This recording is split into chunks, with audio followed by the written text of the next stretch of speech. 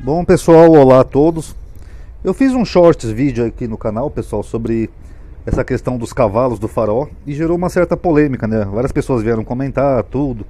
Até no grupo algumas pessoas comentaram, que me mandaram áudios, né, no meu privado. Então eu vou dar uma analisada nesse vídeo, nesse tema, e vou trazer umas coisas bem interessantes aqui que vocês vão gostar, tá bom? O título é mais chamativo, tá? A farsa das pragas do Egito. Até porque daria para analisar todas as pragas do Egito, tá? Daria pra gente fazer uma análise também bem interessante. Mas nesse vídeo aqui eu vou me focar só nisso, dos cavalos do faraó. Em Êxodo 9, do 1 ao 7, diz o seguinte, ó, vamos ler a narrativa conforme está escrito. Depois o Senhor disse a Moisés, vai a Faraó e diz-lhe, assim diz o Senhor, Deus dos Hebreus, deixa ir o meu povo para que me sirva, porque se recusares deixá-los ir, e ainda por força os destiveres, eis que a mão do Senhor será sobre o teu gado, que está no campo, sobre os cavalos, sobre os jumentos, sobre os camelos, sobre os bois, sobre as ovelhas, com pestilência gravíssima. Eu destaquei esses dois animais aqui, que a gente vai analisar esses dois pontos curiosos aqui, tá? Cavalos e camelos, tá? E o Senhor fará separação entre o gado dos israelitas e o gado dos egípcios. Outra coisa também que eu queria mostrar, mas seria um tema para outro vídeo, a palavra aqui servir, ó, para que me sirva, é a mesma palavra que a Bíblia traduz como escravidão do Egito. Que nem eu falei naquele vídeo sobre a escravidão no Império Romano. Então essa história de que os hebreus foram escravos no Egito é um mito. Tanto que aqui você vê que os israelitas também tinham gado, segundo a narrativa. O gado dos israelitas, tá bom? Para que nada morra de tudo que for dos filhos de Israel. E o Senhor assinalou certo tempo, dizendo, amanhã, você vê que a cronologia é rápida, né? Não é uma coisa demorada, como algumas pessoas estão comentando aí. Amanhã fará o Senhor esta coisa na terra. E o Senhor fez isso quando? No dia seguinte. E todo o gado dos egípcios morreu. Então aqui tem a palavra kol em hebraico, né? Todo o gado dos egípcios morreu, incluindo todos esses animais, ó, cavalos, jumentos, camelo, boi, ovelhas, tá? Porém o gado dos filhos de Israel não morreu nenhum. E Faraó enviou a ver, e eis que o gado de Israel não morrera nenhum. Porém o coração do Faraó se agravou e não deixou ir o povo. Essa é a narrativa conforme está escrito na Bíblia. Quais foram os principais argumentos que eu escutei aqui das pessoas que assistiram o short?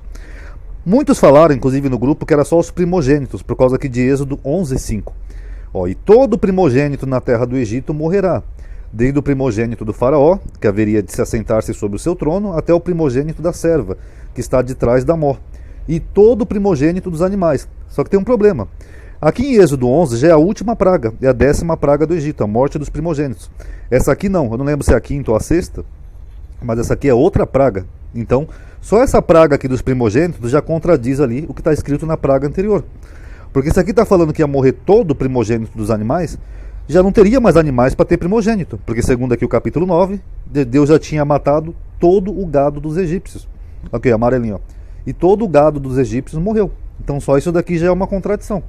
Fora que aqui já é uma outra praga que não tem nada a ver com aquela primeira. Outros estão argumentando aí que os cavalos eram dos hebreus. Não, amadinho. Eram os cavalos dos hebreus que não morreu, o faraó tomou para si, amadinho. Bom, aqui em Êxodo 14 está dizendo assim, ó, quando eles vão atravessar o Mar Vermelho. E os egípcios os seguiram e entraram atrás deles todos os cavalos de quem? Dos hebreus? Não, dos faraó. Então o próprio texto diz que os cavalos eram do faraó, não dos hebreus. E os seus carros e os seus cavaleiros até o meio do mar. Não tem em nenhum momento menção de que era cavalos dos hebreus. Outros falam assim, não, amadinho, deu tempo do faraó adquirir novos cavalos, o faraó era rico, ele comprou cavalo lá dos povos vizinhos. Bom, a narrativa bíblica ela segue uma sequência, que nem eu mostrei ali, uma sequência quase que imediata, uma praga atrás da outra, e não tem nenhum intervalo de tempo, e nem menção de que o faraó adquiriu novos animais. Agora, isso que as pessoas estão dizendo, elas estão inferindo no texto algo que o texto não diz, sendo que a própria Bíblia dessas pessoas diz o seguinte, ó, para que nós aprendais a não ir além do que está escrito. Está escrito que o faraó adquiriu novos animais? Não, não está no texto. Está escrito que o faraó pegou os cavalos dos hebreus? Não. Então essas pessoas estão indo contra a própria Bíblia que elas acreditam, porque elas estão indo além do que está escrito. Na verdade, o que está escrito aqui no texto é que o faraó mandou averiguar assim ao gado de Israel, e mesmo assim o coração dele se endureceu e não deixou ir o povo. Então, não está escrito que ele comprou ou adquiriu. Se tivesse, estaria ali no texto. Tá bom? Agora, se o faraó adquiriu assim com tanta facilidade novos animais, na hipótese dessas pessoas, então o Deus da narrativa bíblica ele é fraco em castigar. Um exemplo hipotético é o mesmo que um pai tomar um videogame de um filho, né, como castigo por uma nota baixa, e logo em seguida o filho adquiriu um outro videogame e zombar do pai. Imagina que o pai fala assim pro filho, ó, se você não for bem na prova, eu vou tomar seu videogame, Paulinho. Aí o filho vai lá, tira uma nota baixa, o pai tira o videogame dele como castigo. No mesmo dia chega o filho com outro videogame. Lé, seu castigo não adianta nada, arrumei outro videogame. Ia adiantar alguma coisa? Não. Então é a mesma coisa que as pessoas que põem essa inferência no texto fazem. Elas entendem que Deus deu um castigo pro faraó matando seus animais, mas logo em seguida o faraó vai lá, arruma outros e ainda zomba da cara de Deus. Ó, não vou deixar o povo ir não. Ah, meus cavalos, já arrumei outros. Viu, você é um Deus fraco. Então, sabe, não adianta, pessoal. O pessoal não admite que certas coisas na Bíblia podem ser meramente lendas, pode não ser realmente real. Agora vamos à parte interessante, o anacronismo dessas histórias. Embora a datação interna da Bíblia para o Êxodo seja para o segundo milênio antes de Cristo, os detalhes apontam para a data do primeiro milênio para a composição do livro de Êxodo. Por exemplo, Ezion-Geber, um dos locais descritos pelo Êxodo, data de um período que só existe no século 8 e 6 a.C. Ou seja, não é da época ali de Moisés ou da época que a história está sendo situada. Você lembra que eu falei naquele vídeo lá sobre o Homem de Ferro? Você pode situar uma história em qualquer época, que não quer dizer que aquela época seja verdade, tá bom? Como uma possível ocupação posterior no século 4 a.C., ou seja, já num período bem mais recente, pessoal. O século 4 é mais ou menos entre o período persa e o período grego já. Aliás, grego não, perdão, acho que é mais ou menos o período persa só. E os topônimos da rota do Êxodo que foram identificados, como por exemplo Gósen, que era a cidade lá dos hebreus, Pitom, que é a cidade que eles ergueram, Sucote, Ramsés e Cádiz Barnea, apontam para a geografia do primeiro milênio, e ao invés de ser do segundo milênio. Então as pessoas, quando lêem a história de Moisés, elas acham que elas estão lendo uma história de 2000 anos antes de Cristo. Mas na verdade essas menções aqui que eles fazem na história, pessoal, isso aqui só passou a existir aproximadamente 1000 anos antes de Cristo, e não 2000 anos. Similarmente, o receio do faraó de que os israelitas pudessem se aliar com invasores estrangeiros parece improvável no contexto do fim do segundo milênio, quando a região de Canaã era parte do Império Egípcio, e o Egito não enfrentava inimigos naquela direção. Mas faz sentido no contexto do primeiro milênio, quando o Egito era considerado mais fraco e enfrentou uma primeira invasão do Império Aquemênida e posteriormente do Império Seleucida. Então o que ele está dizendo aqui?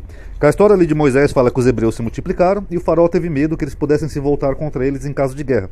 Mas só que na época que se imagina que a história se passa, ou quando o autor situa uns 2000 anos antes de Cristo, o Egito era forte. Canaã pertencia ao Egito, então eles não tinham inimigos potencialmente perigosos que pudessem atacá-los. Isso só acontece pós o primeiro milênio, tá bom? E por fim, o texto que eu mostrei aqui para vocês, você lembra que eu falei que eu ia marcar dois animais, ó, camelos? Os cavalos nós vimos e os camelos.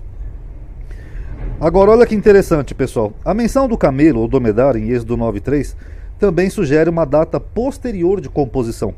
A domesticação difundida do camelo como animal de rebanho é pensada a não ter acontecido antes do fim do segundo milênio antes de Cristo, depois que os israelitas já tinham surgido em Canaã e os camelos não tinham sido difundidos no Egito até cerca de 200 ou 100 anos antes de Cristo. O que ele está dizendo aqui?